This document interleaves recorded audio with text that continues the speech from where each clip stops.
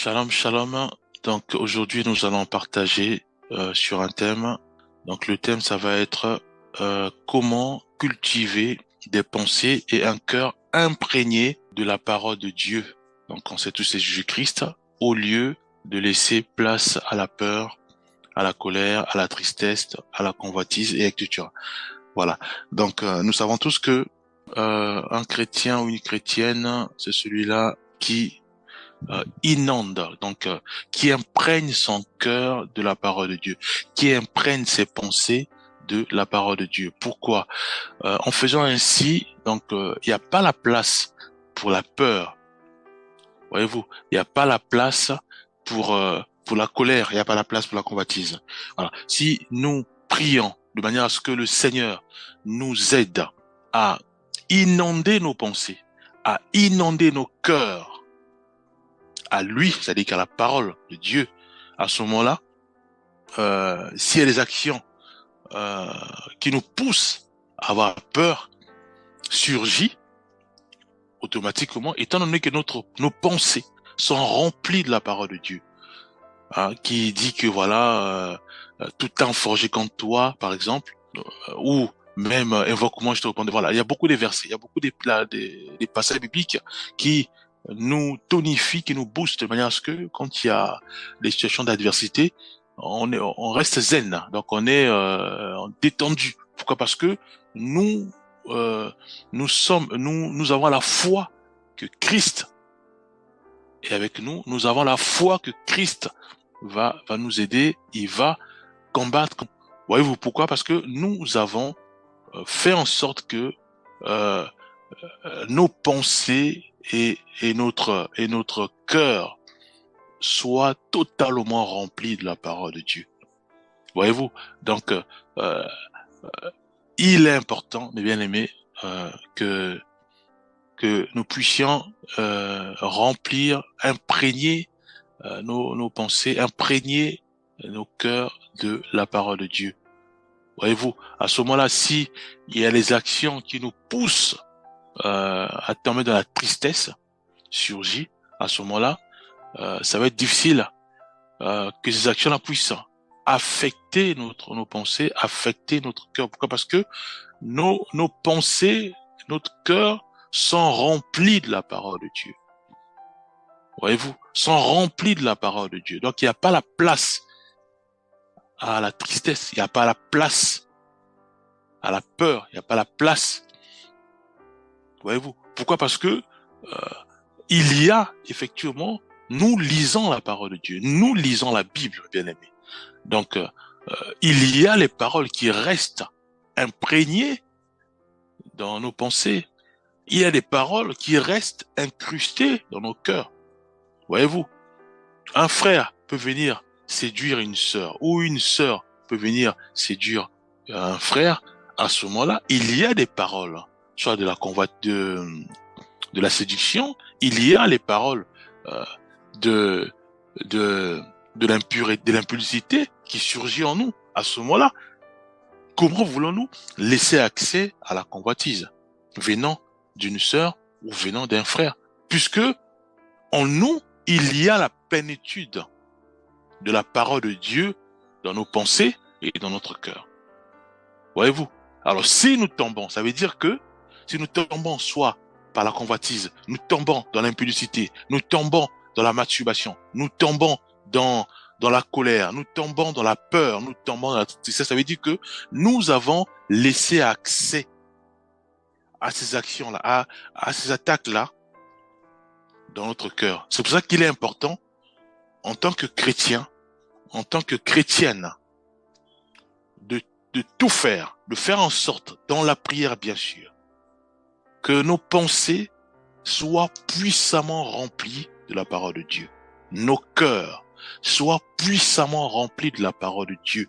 À ce moment-là, si on me bouscule, ou je suis face à l'adversité, je suis face à la peur, je suis face à la tristesse, je suis face à la convoitise, je suis face à la séduction, je suis détendu. Pourquoi? Parce que il n'y a pas la place pour laisser accès à la convoitise de rentrer dans mon cœur, dans mes pensées. Voyez-vous? Pourquoi? Parce que mes pensées sont remplies de la parole de Dieu, de la crainte du Seigneur, de l'obéissance à la parole de Dieu, de comment il est Dieu, comment il fonctionne, les principes de Dieu. Le cœur est rempli de ça. Mes pensées sont remplies de ça. Comment voulons-nous encore laisser accès à la convoitise, laisser accès à la peur, laisser accès à la colère? Non, il n'y a pas la place. Voyons-nous. Et le diable ne peut pas nous avoir s'il passe par ces actions-là. Pourquoi? Parce que nous avons tonifié, imbibé nos pensées, nos cœurs par la parole de Dieu. Voyez-vous? Donc, il est important, bien mes frères et sœurs, de réaliser que la vie chrétienne, elle est simple. Si nous suivons les principes de Dieu établis ou écrits dans la Bible, mes bien-aimés. La vie chrétienne la vie chrétienne, elle est simple, mes bien-aimés. Donc il y a pas trop, il y a pas trop des, c'est pas contraignant, voilà. Elle est simple. L'idée c'est quoi? C'est juste d'être obéissant, d'être comme des enfants. Nous marchons, on a nos regards fixés vers le Maître. On a nos regards fixés vers le Maître qui est Jésus-Christ. C'est lui qui nous conduit et non notre propre chair ou nos pensées. Non, nous nous soumettons à lui. Mais comment soumettre à lui, au Seigneur Jésus-Christ? Comment soumettre au berger? Comment soumettre, puisque nous sommes sur terre? Comment soumettre si c'est moi qui mène ma vie, c'est moi qui conduis ma vie, c'est moi qui fais en sorte d'aller travailler, c'est moi qui, voilà. Comment? C'est dans la parole de Dieu. Connaître qui est ton maître, c'est dans la parole de Dieu. Connaître comment il fonctionne, c'est dans la parole de Dieu. Parce que la parole de Dieu, la Bible, mes bien-aimés, en lisant la Bible constamment, il y a la connaissance. La connaissance qui nous ramène à réaliser les principes, comment il fonctionne, comment il est, qui est Jésus-Christ, comment il est, qui est le Saint-Esprit. Voilà, c'est pour ça que c'est par la Bible, à travers la parole de Dieu, mes bien-aimés, frères et sœurs, que nous avons la connaissance de qui est Jésus-Christ. Nous avons la connaissance de qui est notre Père. Nous avons la connaissance de ce qui aime et ce qui aime pas. Voyez-vous? Alors, si nous suivons ça, à ce moment-là, oui, nous nous laissons conduire par le Maître. Nous sommes les brebis, nous sommes ces créatures. Donc, lui, c'est lui qui nous conduit. C'est lui qui nous oriente. Mais comment il nous conduit? Mais par sa parole. Il nous dit de ne pas tomber dans la séduction. On ne tombe pas dans la séduction. Mais si on est faible, parce que, voilà, je laisse mes yeux par-ci, par-là, et je convoite tout ce que je vois, à ce moment-là, il nous demande à nous de prier sans cesse pour ne pas tomber dans la tentation. Voilà nous. Donc, il y a les principes qui sont établis, les règles. Suivons-les et nous sommes bénis. Suivons-les et nous sommes protégés. Voyez-vous? Alors, si nous avons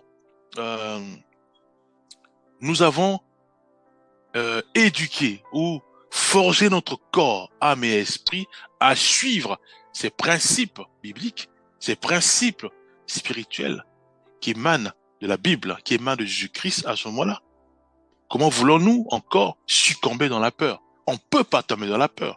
On ne peut pas tomber dans la folie ou nous entendons des voix. On ne peut pas entendre des voix, d'autres voix. Pourquoi? Parce que nous avons imbibé nos pensées et notre cœur à écouter que la parole de Dieu. Donc, il n'y a pas la place à écouter d'autres voix qui me poussent à faire le mal, qui me poussent à insulter les gens, qui me poussent à harceler les gens, qui me poussent à voler les gens, qui me poussent à convoiter, qui me poussent à séduire les gens. Il n'y a pas la place. Pourquoi? Parce que nous sommes radicaux. Nous sommes dit que mon corps, mes pensées et mon cœur, je les donne à Dieu, à Jésus-Christ, la parole faite chair. Je forme ces deux entités-là, ces organes-là, à suivre Christ, à aimer la parole de Dieu et à mettre cela en pratique. C'est tout. Donc, il n'y a pas la place à la peur. Il n'y aura pas la place à la peur. Il n'y aura pas la place à la tristesse. Voilà. Donc il est important, bien mes frères et sœurs, de réaliser que euh, la vie chrétienne, elle est simple. La vie chrétienne, elle est, euh, elle est simple. Il y a la Bible qui régit, qui conduit, la parole de Dieu qui conduit euh, un chrétien, qui conduit une chrétienne. C'est tout. Et nous avons bien sûr le Saint-Esprit qui est là pour nous aider à mieux comprendre la parole de Dieu. Voyez-vous?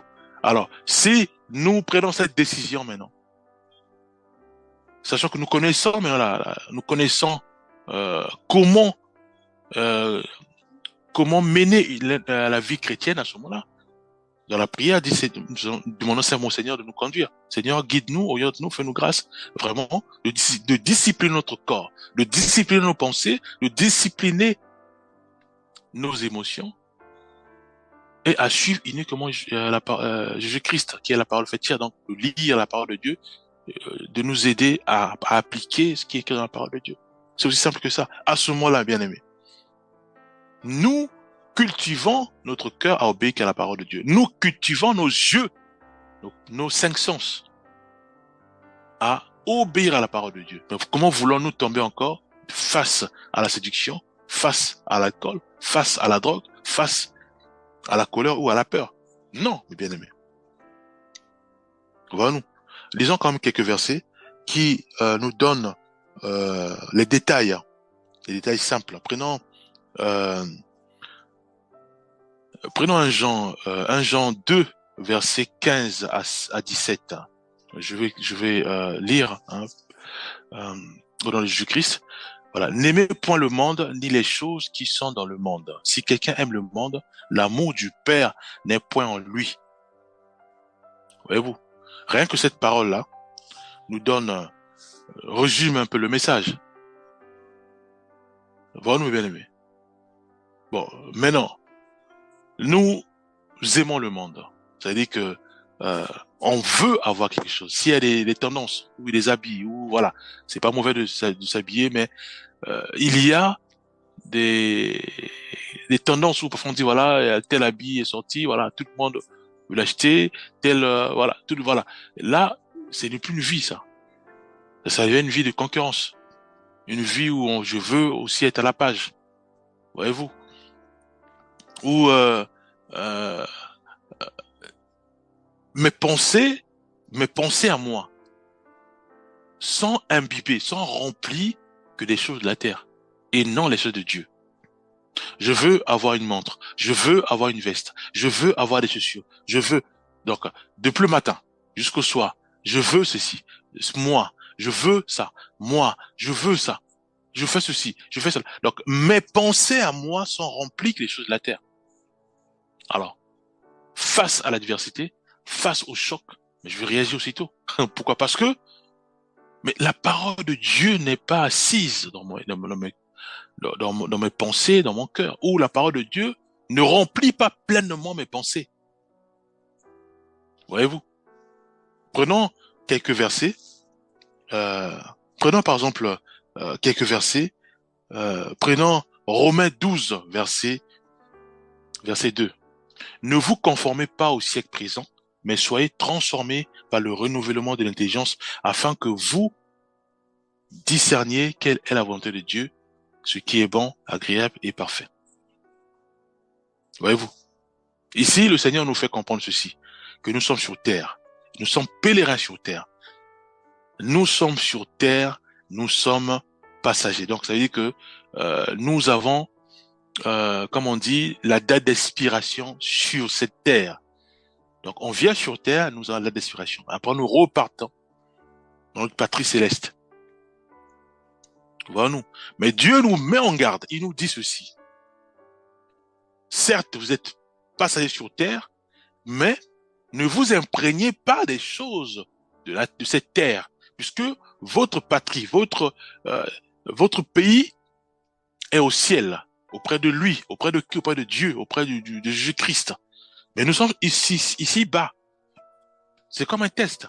Sur terre, nous vivons, nous avons voilà, nous avons besoin de manger, nous avons besoin de s'habiller, nous avons besoin de faire des courses et autres. Mais Dieu nous fait comprendre nous met en garde en disant que nous ne devons pas nous attacher à tout ce qui est ici-bas, mais nous devons au contraire avoir nos regards, nos pensées, nos cœurs remplis de lui. De lui qui? De lui Dieu, de lui Jésus-Christ qui est la parole faite chair. Voyons-nous. Donc nous devons réaliser cela. À ce moment-là, si nous appliquons maintenant, c'est-à-dire qu'on la connaissance, on sait que nous ne devons pas nous attacher aux choses matérielles ou aux choses terrestres, mais au contraire, nous devons nous laisser imbiber par la parole, les choses célestes, hein, la parole de Dieu.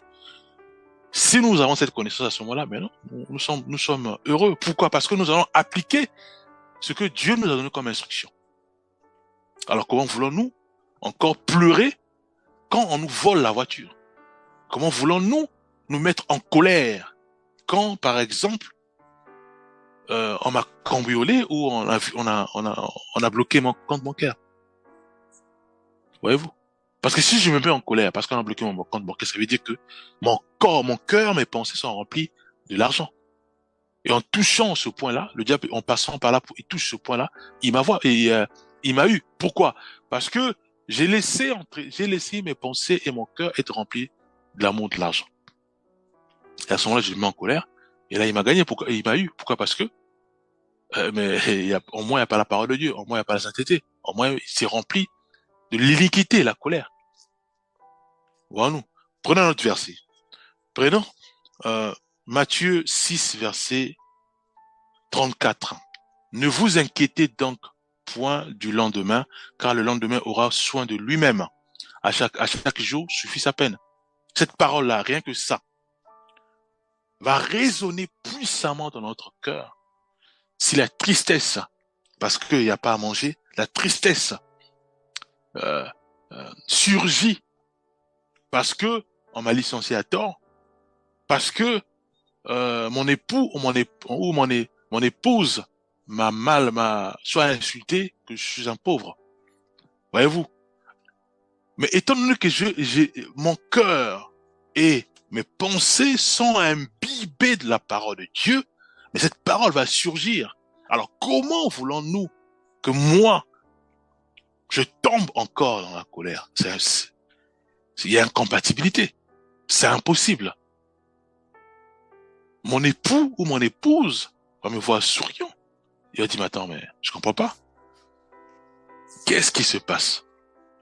Mais parce que j'ai tonifié, j'ai imbibé, j'ai rempli mes pensées et mon cœur de la parole de Dieu, la Bible, qui est Jésus-Christ fait chair. Donc, Jésus-Christ est la parole faite chair. Et toute la parole est écrite dans la parole, dans la Bible, hein, dans notre époque, dans notre temps. Voyons-nous. Comment voulons-nous, mes bien-aimés, que je sois, que je puisse, qu'il y ait l'anxiété, qu'il y ait le stress, qu'il y ait l'anxiété, la tristesse? Non. Parce que il y a la parole de Dieu qui me relève, qui me booste, qui me fortifie. Voyons-nous, mes bien-aimés. Philippiens 4, verset 7. Et la paix de Dieu, qui surpasse toute intelligence, gardera vos cœurs et vos pensées en Jésus-Christ. Voilà. Ici, cette parole-là me booste, me pousse à moi de réaliser que ma paix à moi, je dois la rechercher en Jésus-Christ. Ma joie à moi, je dois la rechercher à Jésus-Christ, mes bien-aimés. Ma tranquillité, c'est en Jésus-Christ. Alors comment voulons-nous que je sois décimé par la colère? C'est impossible. Comment je sois décimé par la haine ou par l'envie? C'est impossible. Parce que cette parole-là résonne dans mon cœur. Parce que j'ai cultivé mon cœur et mes pensées à aimer que la parole de Dieu. Voilà. À aimer que la parole de Dieu. Il n'y a pas la place à la guerre, à la colère, à l'amertume. Voilà. 1 Jean 2, ça on l'a lu. Voilà. Donc, il y a des principes que Dieu a déjà établis. Il y a des procédures que Dieu a déjà établi pour nous. Maintenant, il nous dit à nous que moi, j'aime le libre arbitre. Je respecte le libre arbitre. Depuis Adam et Ève. Voyez-vous, Dieu ne veut pas guider les humains comme des robots. Non, il donne le libre arbitre. Il veut aussi que les humains soient en paix, vivent en liberté. Maintenant, il nous dit simplement, il y a des principes à respecter. Si tu suis ces principes-là, tu es béni. Si tu suis les principes qui te disent à toi de remplir ton cœur et tes pensées de la parole de Dieu, tu es béni. Mais non, comme c'est Dieu, il ne veut pas que nous les humains, que nous soyons dirigés comme des robots. Il nous donne comme cette information-là pour ne pas qu'il soit traité comme quoi il cachait l'information. Et il nous a tout donné. La Bible est là, bien aimé, pour ça. Il nous a tout donné. Alors maintenant, aujourd'hui, quand rien ne marche, on dit non, Seigneur, toi tu es mauvais, tu permets à ce que je sois tenté, tu permets à ce que, comme Adam et Ève, je sois tenté. Mais Dieu, il a dit quoi? Il te respecte. C'est pour ça qu'il donne le libre arbitre. Fais ce que tu veux. Je veux pas te diriger comme un robot. Maintenant, voilà les règles. C'est comme un père ou une mère donne la voiture, achète la voiture à son fils ou à sa fille. Mais le père ou la mère ne veut pas diriger son fils ou sa fille comme un robot. Non. Il dit la voiture est là. Maintenant, tu connais les codes, le code de la route. Qu'est-ce qu'il reste à faire? C'est juste appliquer, de conduire ta voiture, mais tout en appliquant le code de la route. C'est tout. Le père ou la mère, il peut être au travail ou elle peut être au travail ou à la maison. Mais tu es face à ta responsabilité. Tu as ta voiture. Tu as le code à respecter. Mais bien aimé. C'est pareil avec Adam et Ève. Face à ta responsabilité, tu as le l'arbre de la connaissance du bien et du mal en face de toi. Et tu as la parole de Dieu, puisqu'on leur a donné la parole de Dieu. Mange toutes les arbres qui sont dans le jardin, mais ne mange pas l'arbre de la connaissance du bien et du mal. Le jour où tu mangeras, tu mourras. Tu avais la parole qui était là. Les règles établies. Tu as le libre arbitre. Dieu respecte le libre arbitre. Le choix t'est donné. Mais tu as enseigné. Enseigné sur le code de la route. Voyez-vous. Alors, si toi, tu suis pas le code de la route, mais tu vas te retrouver en prison ou à l'hôpital. Voyez-vous. Ou être privé de la voiture. C'est pareil avec Dieu. Donc, c'est pas quelque chose où on impose, non. La parole de Dieu est basée sur l'amour. La parole de Dieu, c'est les principes bibliques. C'est l'amour. Voilà, nous. Il nous dit, si nous suivons ça, vous êtes heureux. Si vous suivez ça, les principes de la parole de Dieu, lire la parole de Dieu, mettre cela en pratique, vous êtes heureux sur la terre. Vous êtes heureux au ciel. Parce que vous obéissez à la parole de Dieu. Voilà, nous.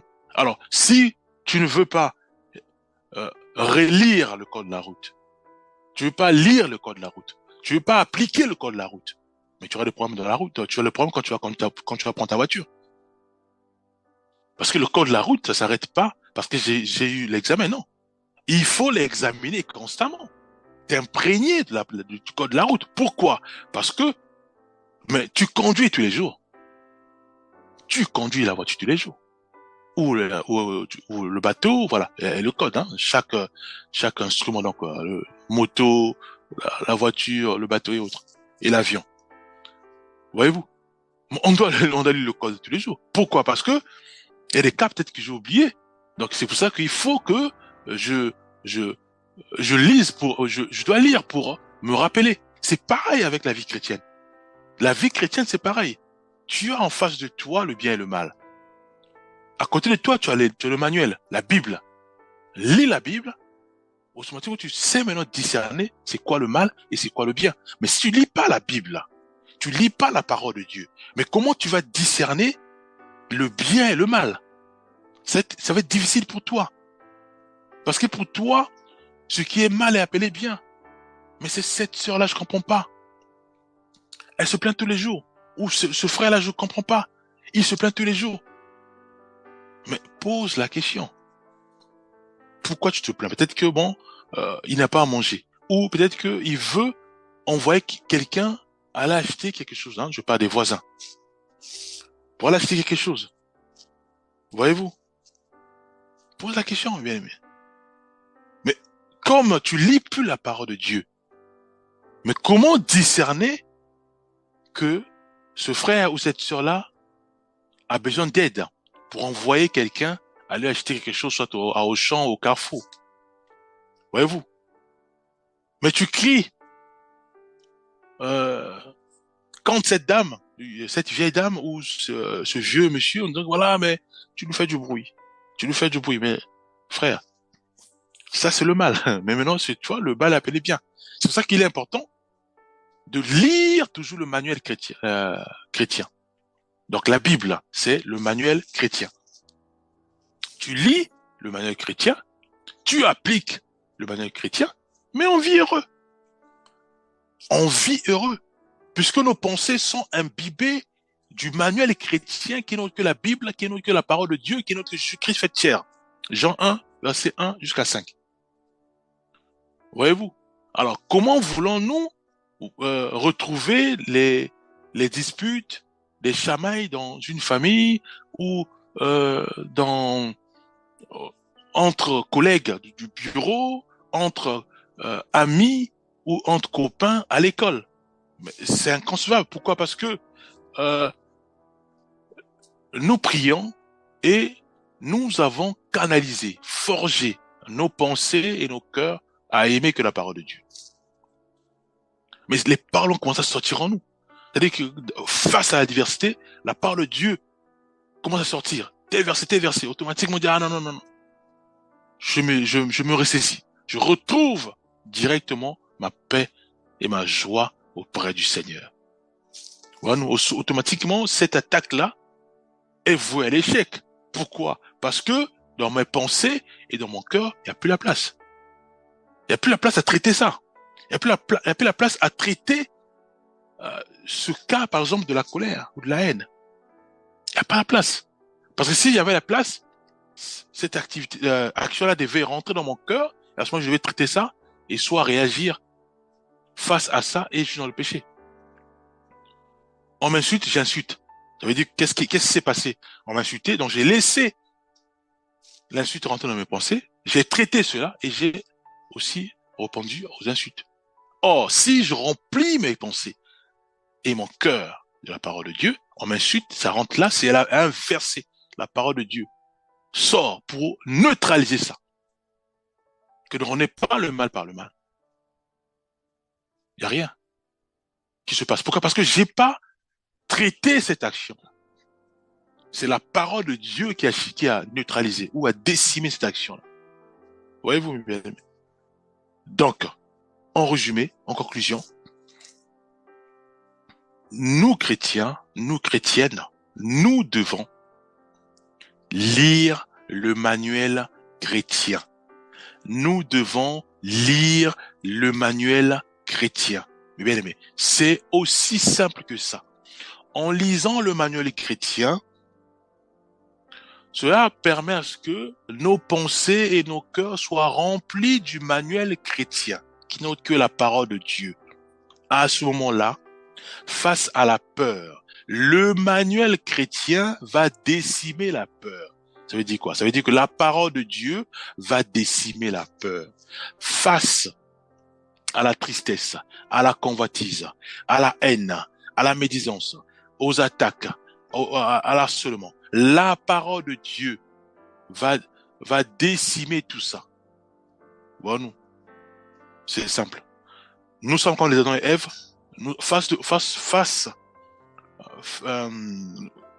devant nous, nous avons le monde. Devant nous, nous avons l'arbre de la connaissance du bien et du mal. Devant nous, nous avons le monde. Dans le monde, il y a le bien et le mal. À côté de nous, nous avons le manuel. Nous avons le commandement, les commandements. Nous avons les instructions. Nous avons la Bible. À côté de nous, nous avons la parole de Dieu qui dit ne mange pas mange de tous les arbres, mais ne mange pas l'arbre de la connaissance du bien et du mal. Le jour où tu mangeras, tu mourras. À côté de nous, nous avons la Bible qui nous dit à nous d'aimer point le monde et tout ce qui se trouve dans le monde. À côté de nous, nous avons la parole de Dieu, le manuel. Donc, la meilleure chose à faire, voilà, c'est d'abord de connaître le manuel pour mieux diriger le monde. Connaître le manuel pour mieux vivre.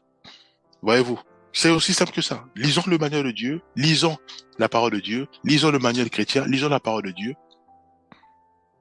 À ce moment-là, bien-aimés, nous avons une vie heureuse sur la terre. Nous avons une vie heureuse sur la terre comme au ciel.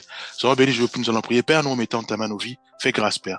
Fais grâce que tout ce qui est peur, tristesse, abattement, etc., ne puisse pas nous influencer. Fais-nous grâce d'imprégner puissamment nos pensées et nos cœurs de la parole de Dieu. Que la parole de Dieu, Père Céleste, imbibe et remplit pleinement nos pensées et nos cœurs. Nous croyons cela, nous croyons toi, car tu es avec nous. Au nom puissant de Jésus-Christ, nous avons ainsi prié. Amen.